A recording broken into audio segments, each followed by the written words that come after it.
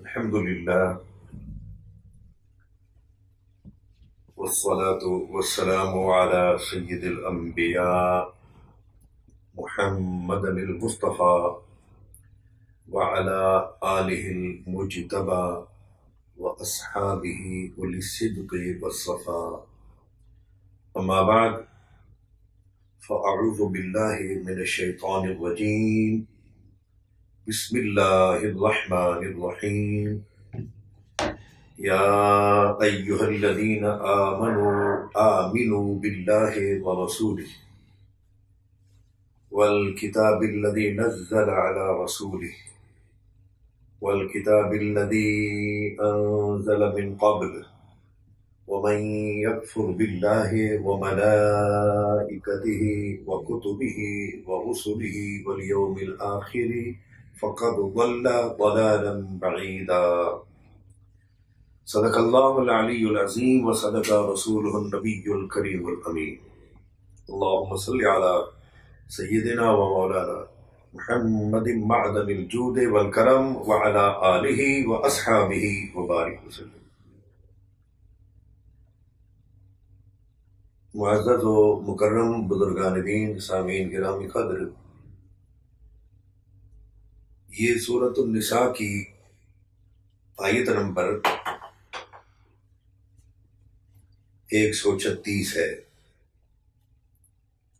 آج ہم اس کے اول جملے پر مختصر سی گفتگو کریں گے. ارشاد باری تعالی ہے، یا ایھا الذین آمنوا آمنو، اے وہ لوگوں جو ایمان لا چکے ہو، ایمان لاؤ. باللہ و رسولہ، اللہ پر اور اس کے رسول پر. آج ہم آمنو باللہ تک اس جملے کی تھوڑی سی تفسیر کرتے ہیں. اللہ تعالیٰ نے ان لوگوں کو ایمان لانے کا اس آیت میں حکم فرمایا ہے جو پہلے ایمان لا چکے ہیں. تو ایسا کیوں؟ کیونکہ علماء کے نزدیک حاصل شدہ چیز کو حاصل کرنا تحصیل حاصل کہلاتا ہے. لیکن یہاں وہ بات نہیں، بلکہ یہاں بات یہ ہو رہی ہے کہ اے وہ لوگوں جو ایمان لائے ہو، صحیح معنوں میں، حقیقی معنوں میں ایمان لاؤ. اصل میں ایمان کا معنی ہے کسی پر اعتماد اور محبت کے ساتھ بھروسہ کرنا، کسی کو محبت کے ساتھ ماننا. لفظ ایمان کا معنی ہے ماننا. تو جس کسی کا کسی پر بھروسہ ہوتا ہے، اعتماد ہوتا ہے، وہ اس پر ایمان رکھتا ہے اور اس کی بات پر یقین کرتا ہے. تو اللہ تعالیٰ نے فرمایا، اے وہ لوگوں جو ایمان لا چکے ہو، ایمان لاؤ اللہ پر اور اس کے رسول پر. تو اس کا معنی یہ ہے کہ تم اپنے اعمال بھی اپنے قول کے اور اپنے دعویٰ کے مطابق کرو. چنانچہ اگر اس آیت کو اس سے پہلی آیت کے ساتھ ملایا جائے، یعنی آیت نمبر 135، تو اس میں ارشاد باری تعالیٰ ہے، یا ایھا الذین آمنوا کونوا قوامین بالقسط شہداء للہ. اے ایمان والو، تم اللہ رب العزت کے لیے عدل کے ساتھ گواہی دینے والے بن جاؤ. وَلَوْ عَلَىٰ أَنفُسِكُمْ، اگرچہ وہ گواہی تمہارے اپنے آپ کے خلاف ہو، اوِل والدین، یا تمہارے والدین کے خلاف ہو، والاقربین، یا رشتہ داروں کے خلاف ہو، ان یکن غنیا او فقیرا، جس کے خلاف تمہاری گواہی ہو وہ غنی ہو یا فقیر ہو. تم اللہ تعالیٰ کی خاطر عدل کے ساتھ گواہی دو. اب اگر کوئی شخص اللہ پر ایمان لانے کا اور اللہ کو ماننے کا مدعی بھی ہو، دعویٰ بھی کرتا ہو، لیکن اگر وہ رشتہ دار کے خلاف یا اپنے کسی پیارے کے خلاف سچی گواہی سے کتراتا ہے تو اس کا معنی یہ ہے کہ اس کا اللہ تعالیٰ پر ایمان نہیں۔ ایمان فقط نماز، روزے، حج و زکوٰۃ بجا لانے کا نام نہیں ہے۔ ایمان فقط عبادات اور ریاضات جو ہیں انہیں بجا لانے کا نام ہی نہیں، بلکہ ایمان معاملات میں صحیح چلنا، معاملات کو عدل اور انصاف کے ساتھ نبھانا، معاملات میں بندوں کا بندوں کے ساتھ انصاف کے تقاضوں کے مطابق پورا اترنا بھی اللہ تعالیٰ پر ایمان ہے۔ یعنی کوئی بندہ بندے کے ساتھ معاملہ اچھا رکھے اللہ کی خاطر تو یہ اللہ تعالیٰ پر ایمان کی دلیل ہے، اس کے مومن ہونے کی یہ کھلی نشانی ہے۔ تو یہ تو تھا اس آیت کے ساتھ اگر پہلی آیت ملایا جائے، اور اس سے قبل بھی کچھ آیات پچھلے رکوع میں آئی ہیں جن میں اللہ تعالیٰ سے لوگوں نے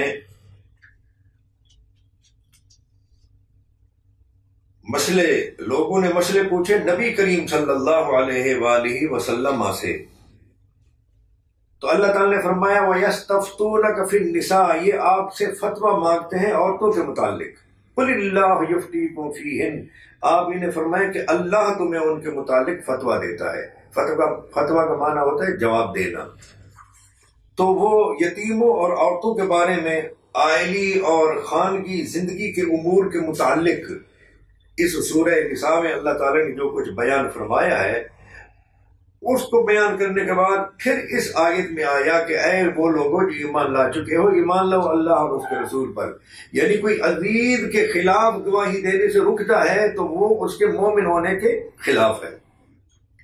کسی کے بھی خلاف کوئی بات جاتی ہے، وہ بیٹا ہو، باپ ہو، ابی الوالدین والاقربین، یا کوئی رشتہ دار ہو، ایمان کا تقاضا یہ ہے کہ آدمی ہر جگہ اور ہر معاملے میں حق بات کرے اور انصاف کے ساتھ چلے۔ ایک تفسیر تو اس کی یہ ہے آیات کے سیاق و سباق کو ملا کر اگر دیکھا جائے۔ دوسری تفسیر اس کی یہ بھی ہے کہ جب ایمان کا معنی ہے محبت کے ساتھ ماننا، تو محبت کا سب سے زیادہ حقدار اور مستحق اللہ تبارک و تعالی ہے۔ اللہ تعالیٰ سے بڑھ کر کوئی اور ذات نہیں جس سے زیادہ محبت کی جائے۔ اس لیے اللہ تعالیٰ نے ایک مقام پر فرمایا سورۃ البقرہ میں والذین آمنوا اشد حبا للہ، ایمان والے اللہ تعالیٰ سے شدید محبت کرتے ہیں۔ اور جب ایمان والے پہلے بھی محبت کرتے ہیں اور پھر ایمانداروں کو کہا جائے کہ اے ایمان والو ایمان لاؤ، تو اس کی ایک تفسیر سرور عالم صلی اللہ علیہ وآلہ وسلم نے یہ فرمائی ہے جددوا ایمانکم بقول لا الہ الا اللہ، جیسا کہ یہ حدیث سیدنا ابو ہریرہ رضی اللہ تعالی عنہ سے منقول ہے۔ وہ فرماتے ہیں کہ رسول اللہ صلی اللہ علیہ وآلہ وسلم نے ارشاد فرمایا تمہارا رب عز و جل فرماتا ہے اگر بندے میری اطاعت کریں تو میں انہیں رات کے وقت بارش سے سیراب کروں گا اور دن ان کا جو ہے سورج کے ساتھ طلوع کروں گا۔ وَلَمَّا أَسْمَعْتُهُمْ صَوْتَ الرَّعْدِ، اور انہیں میں بجلی کی کڑک کی آواز سے بھی محفوظ رکھوں گا۔ اب بجلی جب کڑکتی ہے، گرجدار آوازیں جب آتی ہے تو ایک ہیبت اور ایک خوف اس سے معلوم ہوتا ہے۔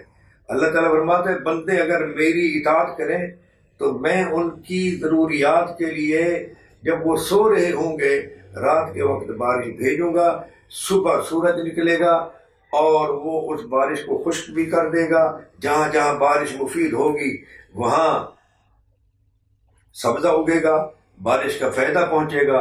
اور اگر بندے اللہ تعالیٰ سے منہ موڑ لیں تو ظاہر ہے کہ پھر احادیث مبارکہ میں ہے کہ بارشیں بے وقت آتی ہیں، اچانک آ جاتی ہیں، جیسے کہ ابھی یہ ہم اپریل، میرے خیال 1 اپریل ہے، آج ہم 1 اپریل کو 2021 میں یہ بات کر رہے ہیں، اور چند روز قبل پنجاب کے اور سندھ کے اکثر علاقوں میں میں تو اس رات سفر بھی کر رہا تھا بارش آئی، طوفان آیا، آندھی آئی، اور گندم کی جو فصل ہے وہ اکثر تباہ ہو گئی اور لیٹ گئی. تو یہ بے وقت بارشیں جو ہے یہ اللہ تعالیٰ کی ناراضگی ہے.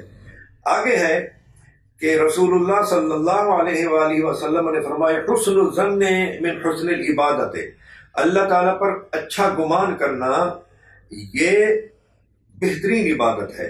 اور پھر حضور اکرم صلی اللہ علیہ وآلہ وسلم نے ارشاد فرمایا جددوا ایمانکم، اپنے ایمانوں کو نیا کرو، اپنے ایمانوں کو تازہ بناؤ، اپنے ایمان کی تجدید کرو.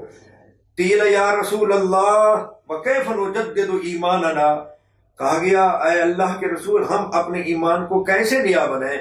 تو ارشاد فرمایا اکثروا من قول لا الہ الا اللہ، لا الہ الا اللہ کی کثرت کرو. اب جب بندہ کہتا ہے لا الہ الا اللہ، اللہ تعالیٰ کے سوا کوئی عبادت کا مستحق نہیں، تو اس کا معنی یہ ہوتا ہے کہ وہ فقط اللہ تعالیٰ کو مان رہا ہوتا ہے، اور اللہ تعالیٰ کو ماننا اس کو محبت کے ساتھ ہی قابل تعریف ہے اور قابل قبول ہے.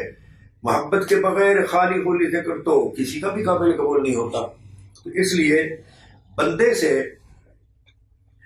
بالخصوص مومن سے جو مطالبہ کیا گیا سورہ النساء کی آیت میں، اے وہ لوگوں ایمان لو، اے وہ لوگوں جو ایمان لا چکے ہو ایمان لاؤ. تو اس کا معنی یہ ہے کہ اللہ تعالیٰ سے محبت کرو اور اپنے ایمان کی تجدید کرو. اور کلمہ لا الہ الا اللہ جو ہے یہ اتنی افضل کلمہ ہے کہ اللہ تعالیٰ کے خزانے میں اس سے افضل کوئی اور کلمہ ہے ہی نہیں.